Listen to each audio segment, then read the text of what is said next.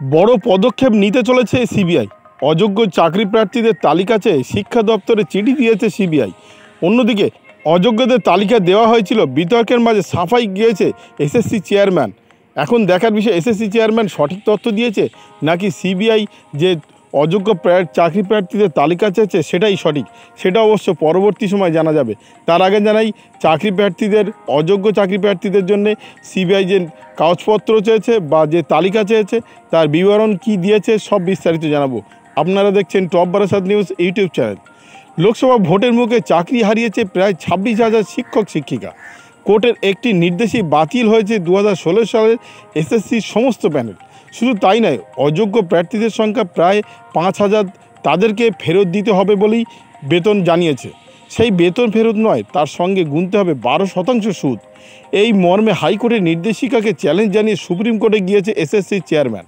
তবে এই মধ্যে রাজ্য শিক্ষা দপ্তরকে চিঠি দিল সিবিআই। অযোগ্য চাকরি প্রার্থীদের তালিকা হাতে পাওয়ার পর জিজ্ঞাসাবাদ পর্ব শুরু হবে। খুব দ্রুত অযোগ্য প্রার্থীদের জিজ্ঞাসাবাদ পর্ব শুরু করবে সিবিআই। সূত্র মারফত জানা গিয়েছে, অযোগ্য প্রার্থীদের চিহ্নিত করার প্রক্রিয়া শুরু হয়েছে সিবিআইয়ের। আদালতের নির্দেশ ছিল অযোগ্য প্রার্থীদের চিহ্নিত করে তাদের জিজ্ঞাসাবাদ করতে হবে। সেই কারণেই 2016 সালের নিয়োগ প্রক্রিয়ায় অযোগ্যদের আলাদা করে চিহ্নিত করার কাজ শুরু হয়। এরপরই প্রত্যেককে আলাদা করে জিজ্ঞাসাবাদ করা হতে পারে বলেই মনে করা হচ্ছে। শিক্ষা দপ্তর সূত্রে জানা গিয়েছে 5,243 জন অযোগ্য প্রার্থী ছিল, যদিও অনেকেই এই রায়ের বিরোধিতা করেছে। ইতিমধ্যে যোগ্য চাকরি প্রার্থীরা এই রায়ের বিরুদ্ধে আন্দোলন শুরু করেছেন। গতকাল রাজ্য বিজেপির সভাপতি সুকান্ত মজুমদার অবশ্য জানিয়েছেন, যোগ্য চাকরিহারাদের পাশে আছে বিজেপি।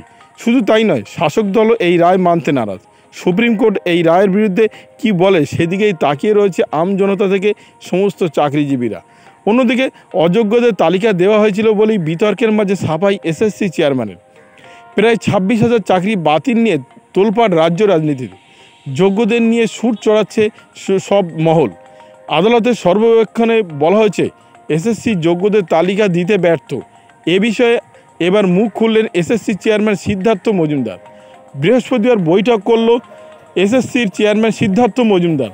বৃহস্পতিবার সাংবাদিক বৈঠক করে এসএসসি চেয়ারম্যান সিদ্ধার্থ মজুমদার, এবং সেখানেই তিনি জানান, আদালতের রায়ের পর তাকে একাধিক প্রশ্নের মুখোমুখি হতে হচ্ছে, যার মধ্যে অন্যতম যে কেন এসএসসি যোগ্য ও অযোগ্যদের তালিকা দিল না। সিদ্ধার্থ মজুমদার দাবি, হলফনামা আকারে সমস্ত তথ্য জমা দেওয়া হয়েছিল আদালতে, অর্থাৎ যোগ্য ও অযোগ্যদের তালিকার কথা বলা হচ্ছে, হলফনামা আকারে তা পেশ করা হয়েছিল। এদিন এসএসসি চেয়ারম্যান রীতিমতো তারিখ উল্লেখ করে জানান, 13ই ডিসেম্বর প্রথম হলফনামা দেওয়া হয়েছিল। সেখানে থাকা একটি পয়েন্ট অসন্তুষ্ট হয় আদালত এবং আবারও হলফনামা দিতে বলা হয়েছিল। পরবর্তীতে 18ই ডিসেম্বর আরও একটি হলফনামা দেন তিনি। তাতে নবম দশম 775 জনের সুপারিশপত্র রুল 17 প্রয়োগ করে প্রত্যাহার বা বাতিল করা হয়েছিল। সেই তালিকাও নাকি দেওয়া হয়। খোদ এসএসসি চেয়ারম্যান হাইকোর্টে উপস্থিত হয়েছিলেন। পরবর্তীতে একটি স্ট্যাটিস্টিক্যাল রিপোর্ট দেওয়া হয়। সিদ্ধার্থবাবু জানান, ওই রিপোর্টে 775 জনের নাম তো ছিলই, আরও 33 জন যাদের সুপারিশপত্র বাতিল করা হয়নি। ওএমআর নিয়ে সমস্যা ছিল, তাদের নাম রোল নম্বর জমা করা হয়। নবম দশমের আরও 183 জনের নাম দেওয়া হয়, যাদের কিছু সমস্যা ছিল।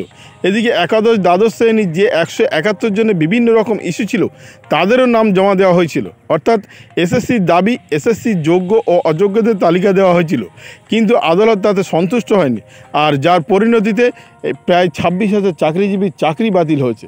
এখন দেখার বিষয়, আদালত যে সিদ্ধান্ত নিয়েছে এই সিদ্ধান্ত বহাল থাকবে নাকি সুপ্রিম কোর্ট অন্য কোনো নির্দেশ আবার ফের দেবে।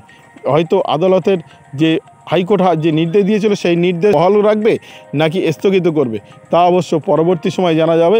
ইতিমধ্যে আমরা জানতে পেরেছি এসএসসি চেয়ারম্যান ইতিমধ্যে সুপ্রিম কোর্টে যাচ্ছে, রাজ্য সরকার সুপ্রিম কোর্টে যাচ্ছে, এবং চাকরিহারাদের বেশ একটি লিস্ট তৈরি করে তারাও সুপ্রিম কোর্টে যাচ্ছে। এখন দেখার বিষয় সুপ্রিম কোর্ট পরবর্তী পদক্ষেপ কী গ্রহণ করে।